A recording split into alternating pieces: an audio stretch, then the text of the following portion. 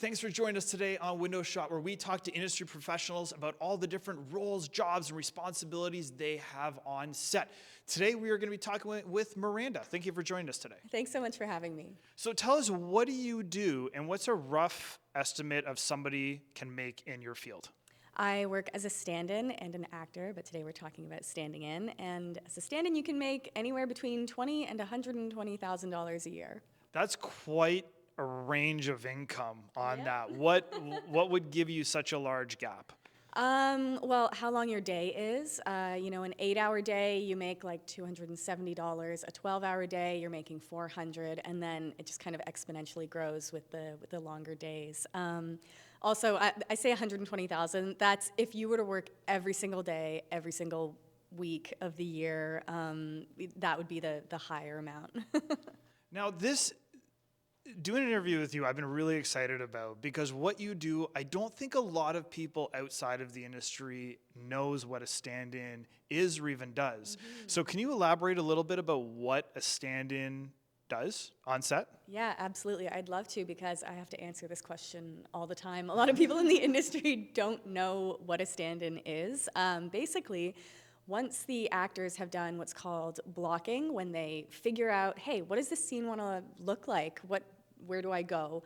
What is it? What are the emotional beats we want to hit based on, movement and where lines fall in a scene? They figure that out with the director, and then we need to spend anywhere from 5 minutes to 45 minutes setting up the shot. So that involves moving tracks for camera, setting up the lights like we've got here, and the actor might need to go work on their lines or get their wig put on, get their makeup fixed, or run the scene with their co-star. So they need someone to literally stand in for the actor and work out the scene so that the focus puller can make sure that the actor is going to be in focus, so that the lights look good on the actor, so that the actor is in the right frame of the shot. So I'm literally sometimes just sitting like this. Like if I were standing in for myself here, you wouldn't be seeing me on camera. I'd be here to set up the shot, and then when the actor comes in to film, I peace out, actor comes in, and that's the gist of what I do. So there's a lot of stuff that's going on behind the scenes almost. Mm-hmm. Like once that actor leaves, it's go time for all the other departments. Yeah. And if you're not doing your job correctly, it just holds up everybody else. None of the other departments can do their job. Yeah, to an extent, that's true. A stand-in is basically there to help save time. It's someone designated to come in and to have watched the performance, and then the DP, the director of photography, or the camera operator can say, hey, did the actress pick up the cup with her left hand or her right hand? And you can say, oh, it was the left hand, and then she turned left, she didn't turn right. In some productions, there's only one stand-in, and as you know, there isn't only one person in a scene, generally speaking. So when I'm watching the blocking of a scene, I'm sometimes watching 5, 6, 7 different actors, and I have to track where they all go at what time. So when you first get to set, what does that look like for yourself? Like, what does the average day on set look like for you? Well, you get your breakfast, like everybody else. If it's a new show, I make sure to go and find the AD trailer and introduce myself to them, because they're the ones who keep track of all the cast and all the stand-ins, and just make sure, like, hey, I'm Miranda, nice to meet you, like, where are we filming? Just kind of try to get settled and, just kind of meet everybody and get settled, and also find out, depending on the type of production, depending on how the DP likes to work, I might go to the wardrobe trailer and say, hey, what's the person I'm standing in for wearing? Because my main goal is to match the actor. So if they're wearing, a wedding dress, I don't want to be wearing a black shirt like I am today, because of how the light reflects off of what I'm wearing.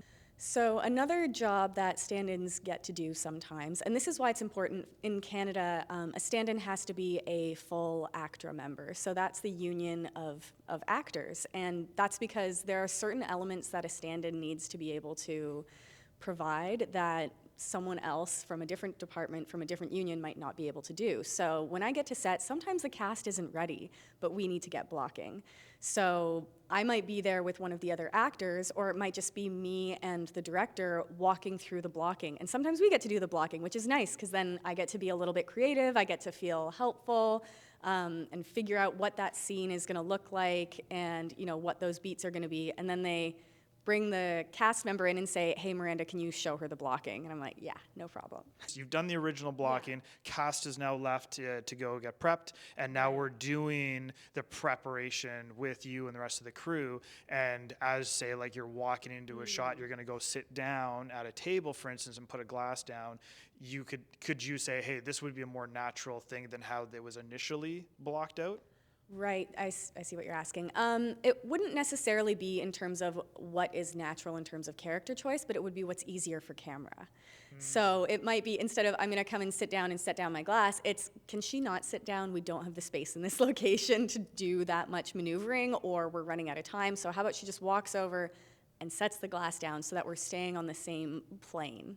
So that might be something, if camera's running into an issue of like, oh, how are we gonna do this? I might say like, she doesn't have to sit, but at the end of the day, that's not my call to make. That would be the director. Yeah, but you are able to offer that up to the director or to the DP or anything like that. Yeah, I can help out in that way.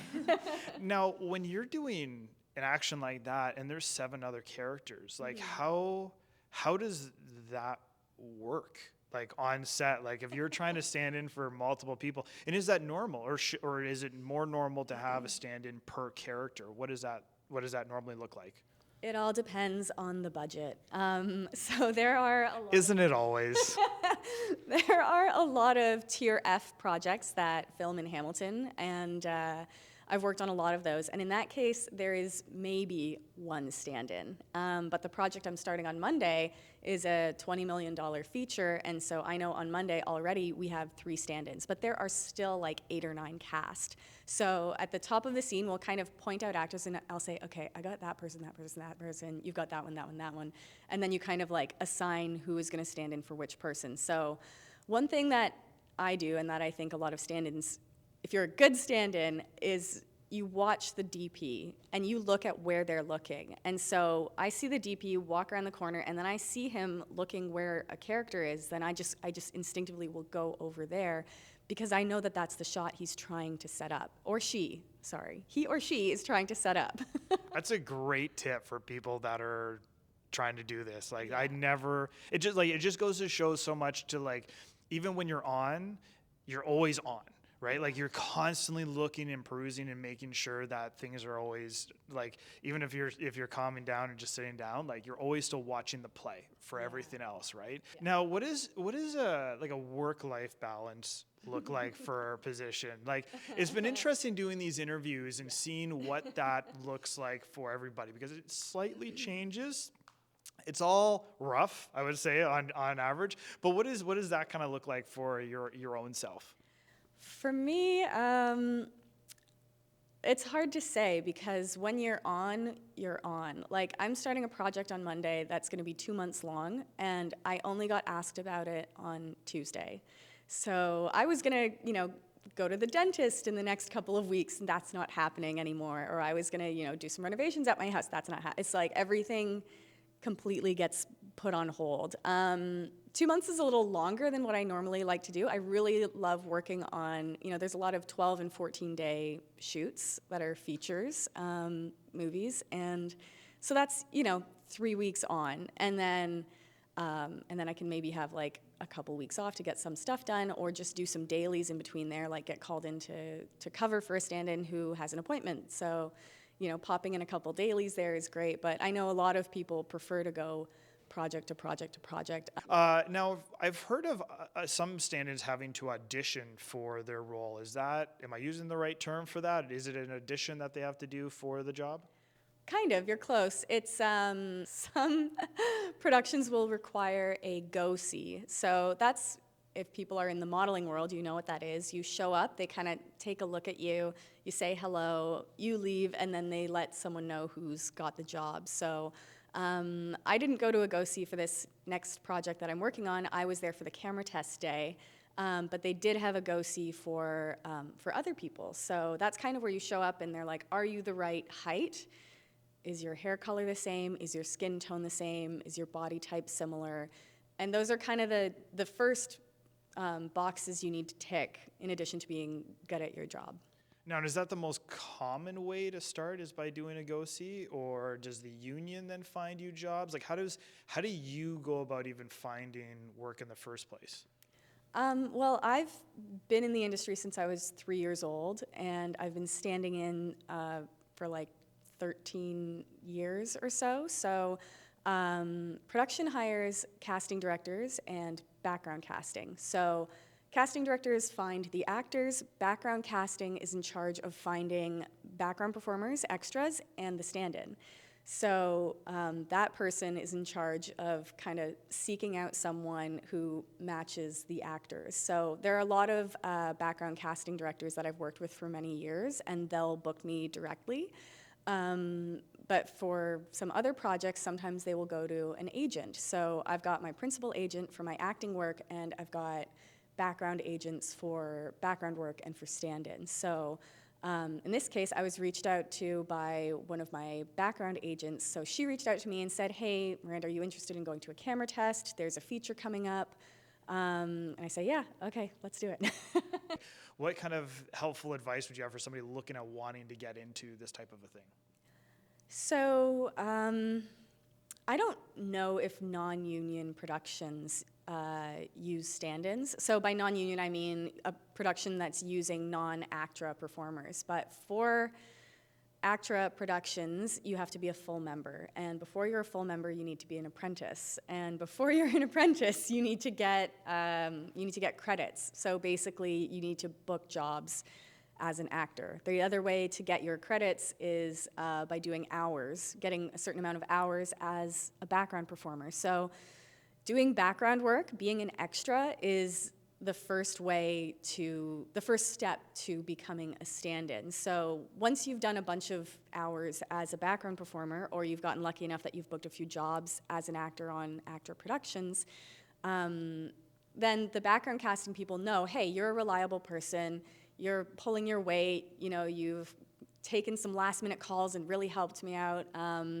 then you might get a shot at standing in on something. So it really takes a couple years of that. So there is one situation in which they are allowed to hire an ACTRA apprentice, and that is if the actor is extremely specific and they are not able to find a full ACTRA member who matches that description. So let's say an actor's coming in from Scandinavia and he is 7 feet tall.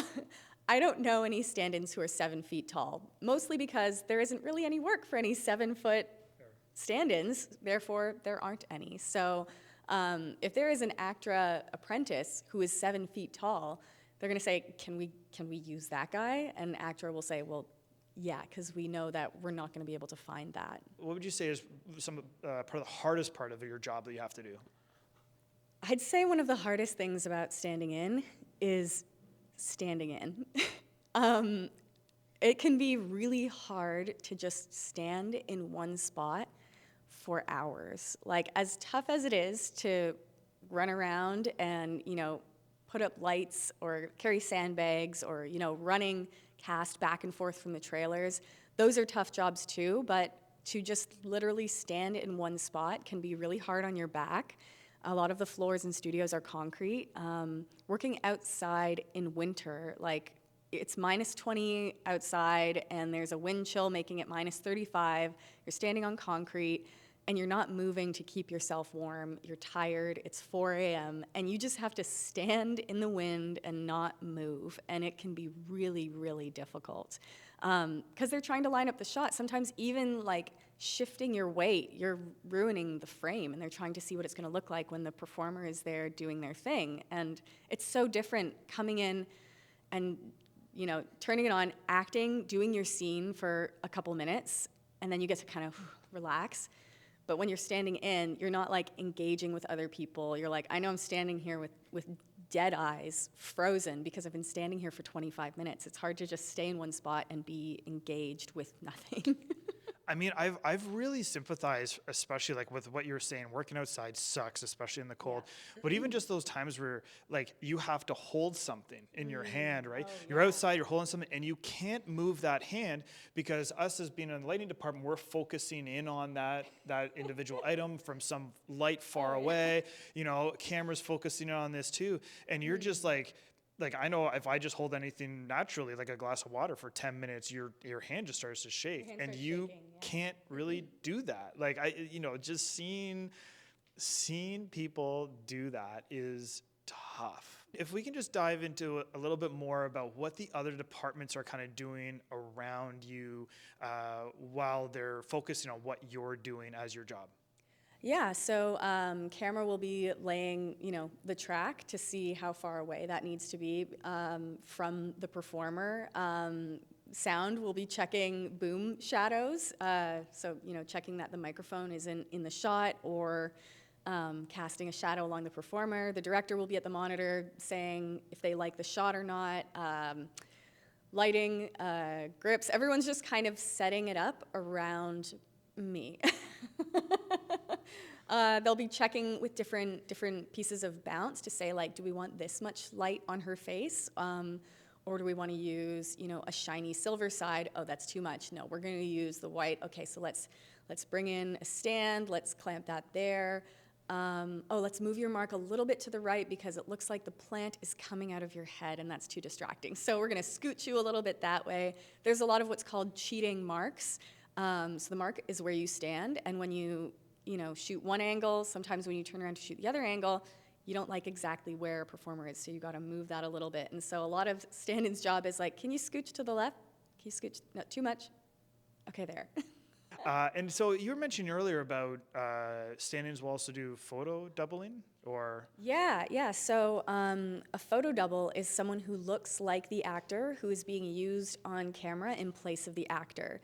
So think of a stunt double without the stunts. It's just someone who is there to be that performer. So let's say, a character's walking down the street talking with another person, and they get a text on their phone, and they're like, oh, gotta go, see you later. They might shoot everything except for that insert shot of the person looking at their phone. So they will often use a stand-in because a stand-in is an actor performer and therefore allowed to be on camera of just the hand coming up with the phone and checking that. So sometimes it'll be that. Sometimes it'll be, oops, we wrapped the cast, but we still need a shot of her driving away in the car. And then they'll get you to do that, and then you get another chunk of pay for that. So that's another reason why it is such a vague number to say, like, what does a stand-in make? And it's like, well, am I photo doubling every day? Because that's another $260 I'm getting every single day that I do that just for, sitting in a car and driving off. I mean, sometimes it's easy, sometimes it's not, because you're doing two jobs. So how much of a demand would you say that there is for somebody in your field? It's pretty competitive. I can't lie. There's always a need for background performers. If you want to do that, that's great. I'm not going to discourage you for going after your dreams. Like, look at me. I'm standing in. I've been acting since I was 3 years old, and I'm still pursuing my dream. If your dream is to be a stand-in, then go for it. But it is a competitive field. So, because a production will only need one or a handful of stand-ins. There are a lot of us who have been doing it for a long time. What's a fun story that you can share with us today about your time in the film industry?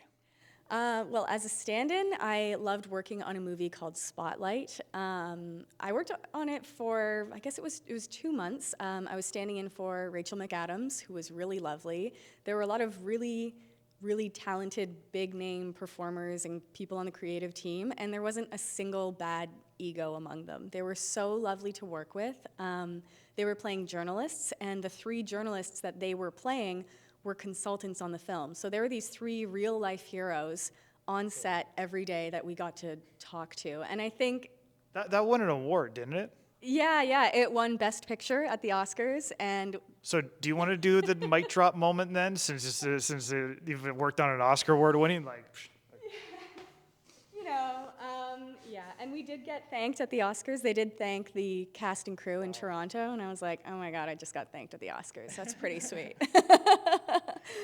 I mean, Yeah, that's like, how do you kind of top that at that point? Like, that's a pretty cool one, I gotta say. We haven't had anybody quite yet having had that kind of a story just yet.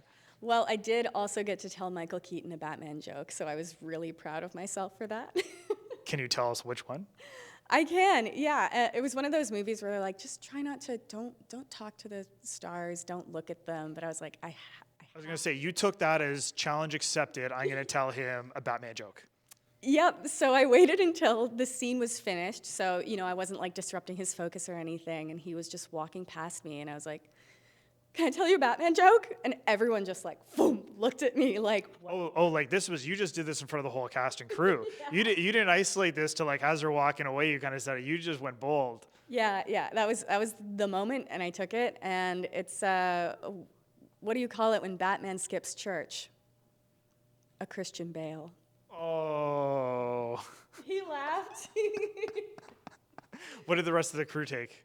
I mean, they followed his lead, of course. They were just like, ah, ha, ha, ha, ha, ha. And I've actually had a couple people come up to me in the years since. This was 10 years ago, and be like, I remember when you told Michael Keaton a Batman joke. I was like, so do I. That's so weird. So I really hope you've learned something today. I really hope you've taken some of this in, that you've been able to see how challenging, even though a role might seem kind of easy, how challenging it actually can be, and how you might be able to use these types of positions on your own future sets. So thank you, Miranda, for joining us today. And thank you as well for Make the Films. None of this would be possible without them, letting us be able to use their studio for this. So make sure to check them out for all your camera grip and lighting studio needs here in Toronto. Until next time, thank you for joining us.